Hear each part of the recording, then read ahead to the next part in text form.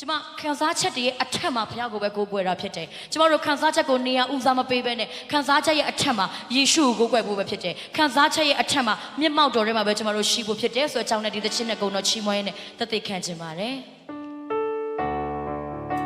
ဒီမှာရှိရမိတ်ဆွေတချို့တော့သူများလဲ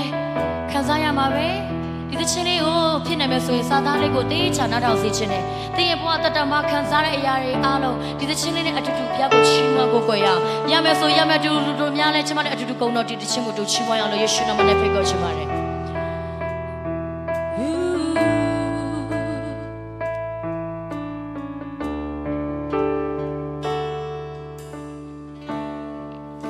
မရှင်နိုင်တော့ပြည့်တနာမတွေ့ကြုံချင်တော့ရာအနာမြေရောက်လာတဲ့မျိုးလေးမထားတဲ့ချိန်တိုင်းအခက်ခဲတွေကဟန်တာပေမဲ့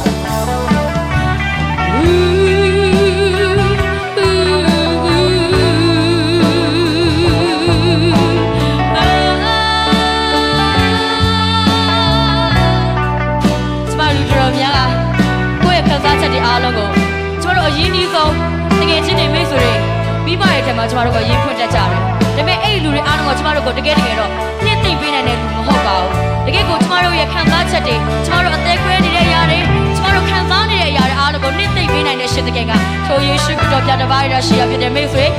ယေရှုခရစ်တော်ရဲ့မျက်မှောက်တော်ထဲမှာတင့်အပြေရှာကြည့်ပါသူ့ရဲ့မျက်မှောက်တော်ထဲမှာသာအပြေကပြည့်စုံရှိတာဖြစ်တယ်ထိုရှင်ကိုကျမတို့လက်ခုပ်တီးပြကိုချီးမွမ်းရတကယ်မျက်မှောက်တော်တွေကိုကျမတို့ရဲ့လက်ခုပ်တီးပြချီးမွမ်းရဟာလေလုယာ